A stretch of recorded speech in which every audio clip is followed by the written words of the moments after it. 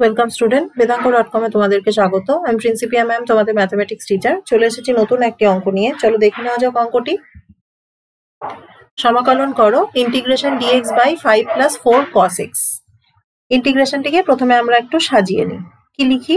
dx by 5 into 1 ধরে নিয়ে 1 এর জায়গায় লিখলাম sine square x by 2 plus cos square x by 2 plus 4 cos x এর জায়গায় লিখলাম cos square x by 2 minus sine square x by 2।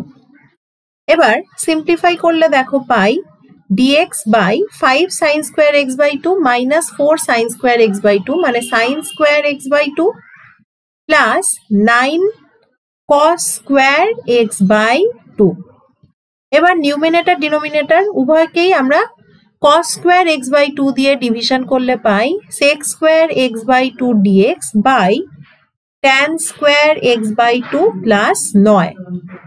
এবার আমরা ধরে নিই যে tan x বাই 2 সমান z। তাহলে সেক্ষেত্রে আমরা পাই দেখো 1 by 2 sec square x by 2 dx equal to dz। তাহলে সেখান থেকে পাচ্ছি দেখো sec square x by 2 dx equal to 2 dz। তাহলে লিখি, ওপরে দেখো লিখতে পারি 2 dz, নিচে লেখা যায় দেখো tan square x by 2 plus 3 square.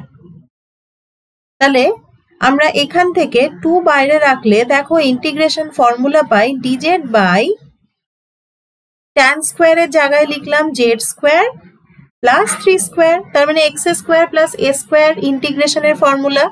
তার মানে 2 into 1 by 3 tan inverse z by 3 plus c সমান 2 by 3 tan inverse tan x by 2 by 3 plus c, যেখানে c কে আমরা কি জানি?